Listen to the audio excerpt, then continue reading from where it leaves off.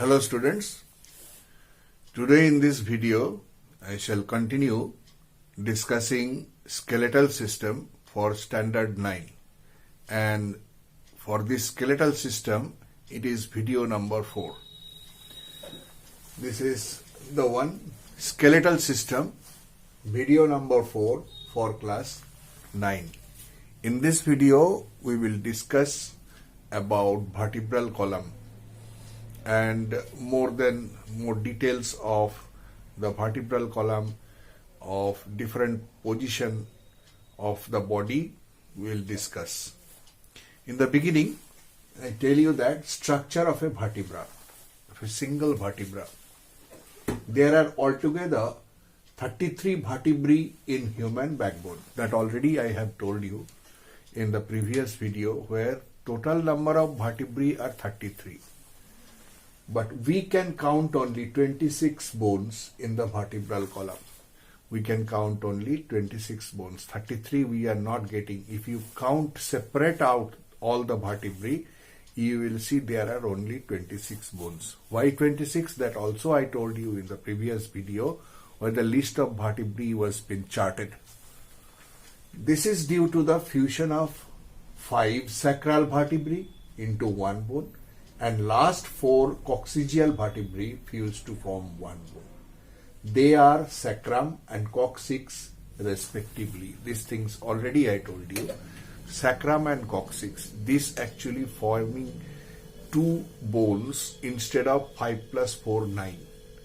So other bones if you add, there are 24, and these 2 will be added with them. Total number is 26.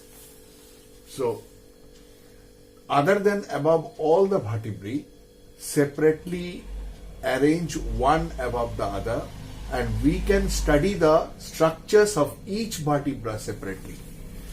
The fused bones, we cannot separately study each vertebra.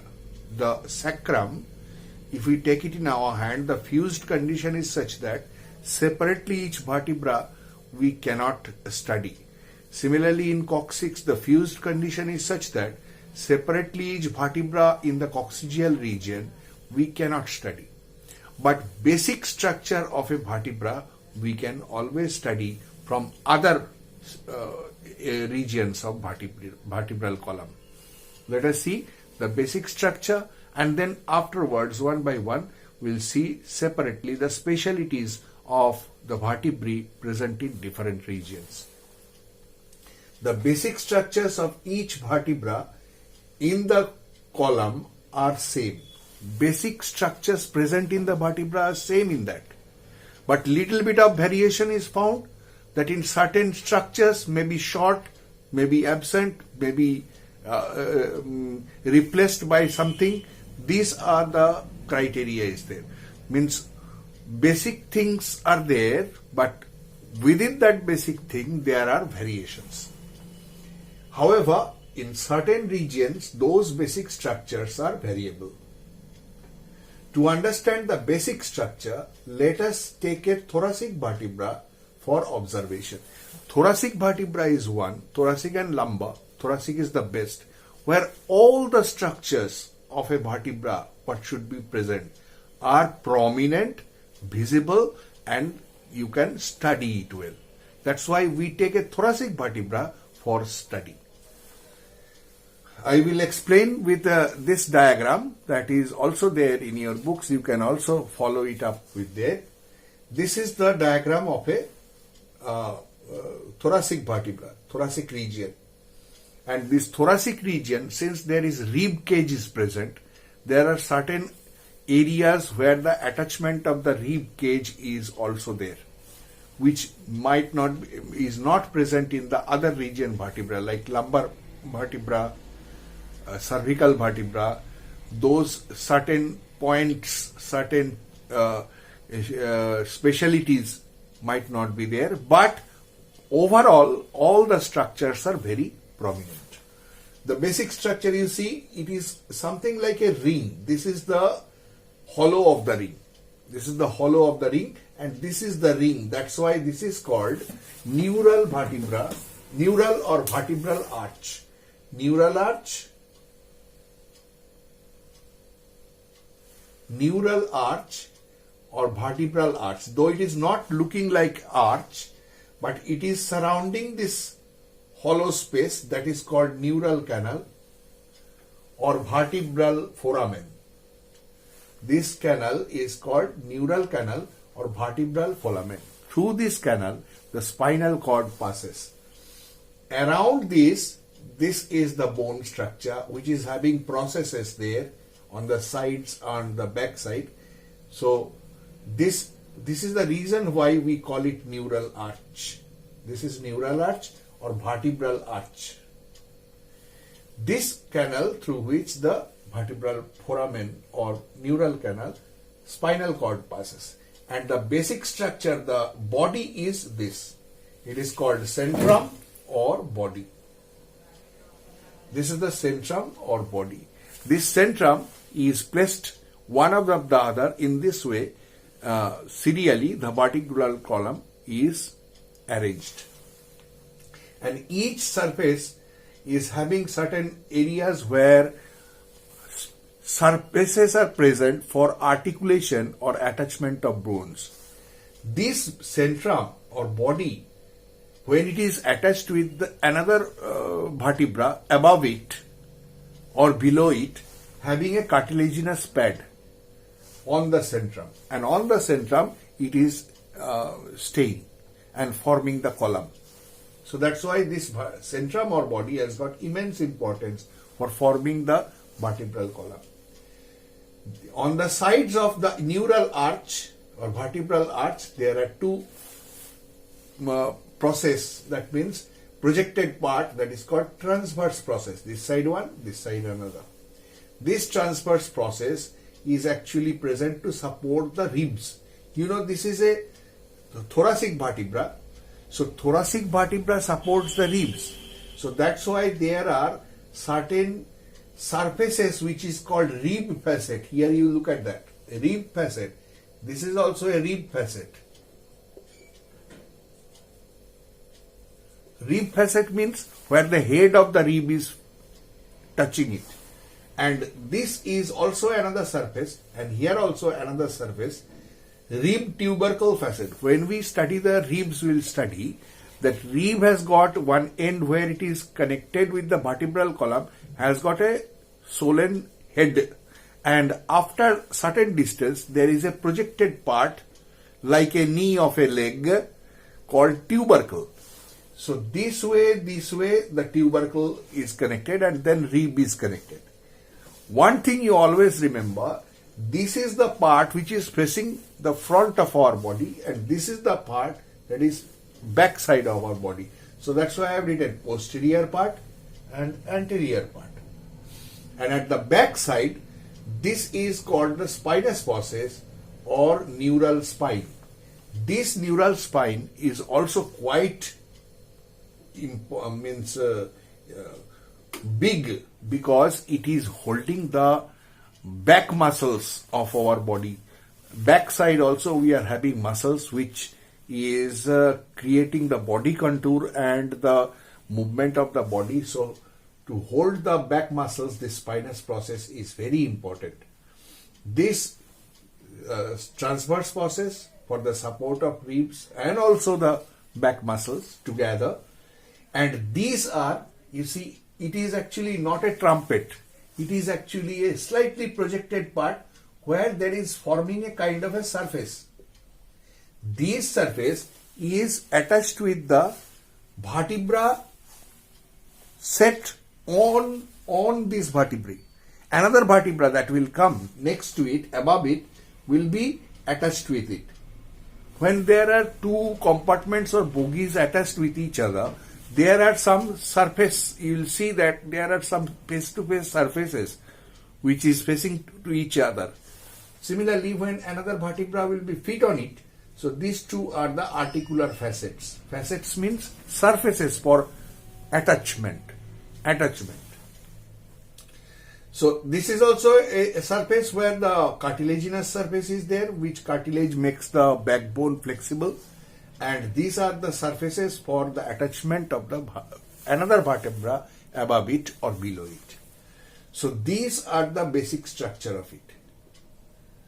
the neural spine, transverse process with the rib tubercle facet, superior articular facets for the fixation of vertebra, and here are the rib head facets. Rib head fix over there, rib tubercle fix over there, and then this way the rib is connected. And remember, this is the anterior part of the vertebra and this is the posterior part of the body. That means this is facing the back side of our body, this is facing the front side of our body. So this is the basic structure present in most of the vertebrae, except one or two where there are certain kinds of variation required for the body structures. So next we will go on to the variations present in different parts of our body in case of vertebrae. Now we go on to details of the vertebrae present in different regions of the body. To first start with, in different regions means the neck region, that is cervical vertebrae, thoracic region that I have already discussed, lumbar region, sacral and coccygeal region. To start with, cervical vertebrae, neck vertebrae. Cervical region means neck vertebrae. They are very special compared to the thoracic and lumbar vertebrae. In the neck region, there are 7 vertebrae. The number list already we have discussed in the previous video. 7 vertebrae. These vertebrae are slightly different from the thoracic vertebrae in having much reduced spinous and transverse process. Because the neck region, there is no need of supporting rib cage or back muscle or anything. So spinous process and transverse process, especially spinous process, is that much reduced, almost negligible, you can say, with a kind of a little projection is only there. Spinous process is almost nil, absent, and transverse process is also present in a very small size, because this is the area which is doing the different function. Let us see. But the neural canal is very prominent. In this region, neural canal is very prominent. You can understand that because after the brain in the skull, the spinal cord will be going into this. And the beginning of the spinal cord will be held by this area, neck region vertebrae. So this neural canal is very prominent. The first vertebra is called Atlas, after the name of a Greek god who held the earth on his shoulder, because it is Atlas, because it is also holding the skull on its surface. That's why Atlas. And the second one is called Axis, which is also giving a nice support to the first bone, Atlas. This Atlas and Axis are very special because they are associated to hold the head or skull mainly by Atlas, supported by Axis. Atlas is holding the skull and Axis is supporting from behind, and allow certain degree of rotation as a pivot joint. This is the area where we can rotate the head in a certain degree because it forms a kind of a pivot joint, which is rotation is possible, and allow certain degree of rotation as a pivot joint. Joints we'll discuss later, then I will explain more. Hence, Atlas has following speciality. Because of this, the area of neck and the function, it has got certain structural speciality. They are, number one, absence of centrum. That is very special. In case of the Atlas, centrum is totally gone. In place of that, there is a hole, gap, which is a continuation of the centrum. Absence of centrum or body. The neural canal is continuous with the place where centrum would be, but it is not there. So it's a big circle that they are making due to the absence of centrum. However, second part, in place of centrum, there is a gap, but having a transverse ligament for a bit of support. A transverse ligament is present, completely not empty, transverse ligament is present for support. Third point is, speciality is, big articular facet for the projected condyles of the skull. That means skull, when they are resting on atlas, their projected parts are called condyles. Any kind of projected part which is articulating on another bone, we call it condyle. So the condyle of the skull is resting on the surface of this atlas. Big articular facet. That's why the articular facet that you have seen in the thoracic vertebra is quite big here for projected condyles of the skull. It's quite big. It is quite comparatively smaller in thoracic and lumbar vertebra, whereas it is very big. And number 4 is spinous and transverse processes are almost absent, because that area, the neck region where holding the skull, the spinous and transverse process not required. Rather, it will create difficulty in the neck region. So it is almost absent. Only a projected part slightly you can see. I will show you the picture later. You will understand that almost it is nil. Axis is similar to atlas. Axis is giving support to atlas, but differs in having one particular thing that is very important. A upwardly projected process called dens or odontoid process is present in place of the centrum. It is actually present in place of odontoid process, provides support to the gap in atlas. This is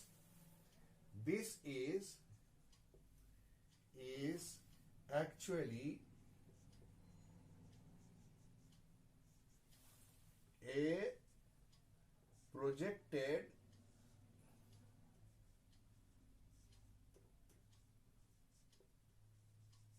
centrum. Now, since the atlas is giving support to the axis is giving support to atlas, so the process, which is called dens or odontoid process, fitting into the gap of atlas and gives nice support, so that the absence of centrum in case of atlas is not felt. But there is a risk of this. This particular odontoid process is creating a kind of risk in our body. This odontoid process, if by chance due to over twist of the head takes place, then odontoid process has got a chance to pierce the gap of the centrum, and there is a chance of injury of the spinal cord, mainly in the medulla oblongata area, because that is this atlas is holding the beginning part of spinal cord where medulla oblongata ends and spinal cord starts. If the odontoid process, due to extreme rotation of the head or twisting of the head, it takes place, then odontoid process may pierce the medulla. In that case, instantaneous death will be there. That's why this area of neck is very much vulnerable area of human body. So these are the structural specialty of atlas and axis. Next we go on to the slight specialty that is present in the lumbar and sacral area, which is already I have discussed. Then we will end the video with some pictures. Other than cervical vertebrae, there are thoracic vertebrae, lumbar vertebrae, sacral and coccygeal region. These are the 4 regions. First of all, thoracic vertebrae, which already I have explained on the basis of the basic structure, that is a thoracic vertebrae only. All the parts has been clearly understood by means of a diagram. So it is not been given much details. Thoracic vertebrae, 12 in number, having all the structures prominent. It holds the rib cage and strong back muscles. That already I told you. And all the transverse process, spinous process, neural canal and everything I have already explained. Next one is lumbar vertebrae, the upper abdominal region. Vertebrae in upper abdominal region, 5 in number. Each vertebra is having large centrum. This is the area which holding the weight of the body. So it is having large centrum and slightly reduced transverse process, since it is not having any attachment of ribs. So transverse process slightly reduced, but not that much reduced like the cervical vertebrae, but a very strong spinous process for holding the back muscles, because this lumbar vertebrae is also holding a very strong back muscles of our upper abdominal region. So spinous process, transverse process there, but transverse process slightly reduced in size compared to the thoracic vertebrae. But all other structures are similar with having a big centrum or body. You will see all these in the pictures that I will attach at the end of this video. Sacral vertebrae, next one, 5 in number, fused to form one bone called sacrum, that already I have told you.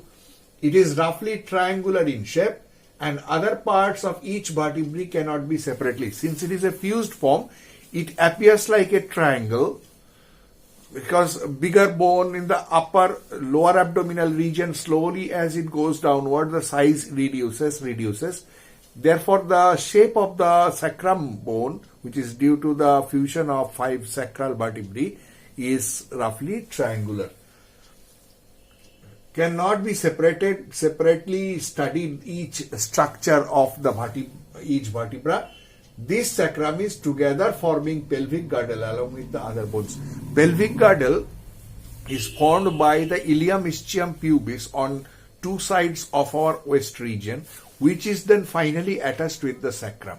So sacrum has got some function for the attachment of and formation of the pelvic girdle along with the pelvic girdle bones, other bones. Otherwise, sacrum separately, the vertebrae cannot be studied, that it has got where is the spinous process, neural canal, this is not been visible.